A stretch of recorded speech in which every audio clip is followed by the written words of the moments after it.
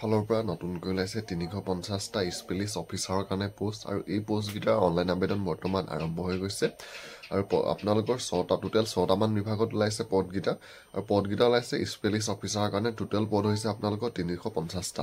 আৰু ইয়াৰ অনলাইন আবেদন বৰ্তমান হৈ আছে আৰু লাষ্ট ডেটটো হৈছে ২৪ মাৰ্চ ২০২৫লৈকে আপোনালোকে পঞ্জাৱ নেশ্যনেল বেংকৰ ফালৰ পৰা ওলোৱা এই স্পেলিছ অফিচাৰৰ পদকেইটাৰ কাৰণে আবেদন কৰিব পাৰিব। তো প্ৰথম পদটো ওলাইছে অফিচাৰ কেইজনৰ কাৰণে ২৫০টা পদ আৰু ইয়াৰ আপোনালোকৰ দৰমহাত থাকিব ৪৮,৪০০ৰ পৰা ৬২,৪৮০ টকা পৰ্যন্ত আৰু ছেকেণ্ড আপোনালোকৰ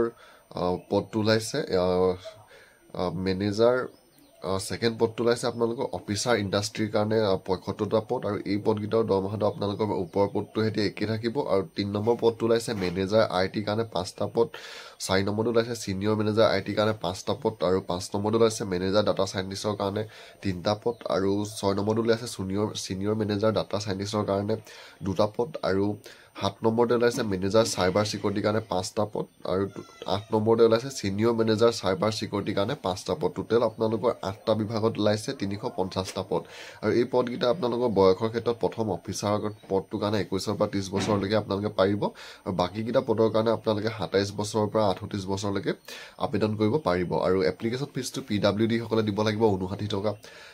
SC ST সকলে দিব লাগিব 59 টকা আৰু আদাৰ্ছ যোনসকল জেনেৰেল বা OBC MOBC আছে তেওঁলোকে দিব লাগিব 180 টকা আৰু অনলাইন এপ্লাই ইয়াৰ আৰম্ভ হৈ গৈছে ৩ মাৰ্চ 2025ৰ পৰা আৰু লাষ্ট ডেটটো হৈছে ২৪ মাৰ্চ 2025 যদি আপোনালোকে ভাবিছে পঞ্জাৱ নেশ্যনেল বেংকৰ ফালৰ পৰা ওলোৱা এই স্পেলিছ অফিচাৰ পদকেইটাৰ কাৰণে আবেদন কৰিম বুলি তেতিয়া আপোনালোকে এতিয়াই পঞ্জাৱ নেশ্যনেল বেংকৰ যোনটো অফিচিয়েল ৱেবছাইট আছে এই ৱেবছাইটটোত গৈ আপোনালোকে ২৪ মাৰ্চ 2025লৈকে অনলাইনত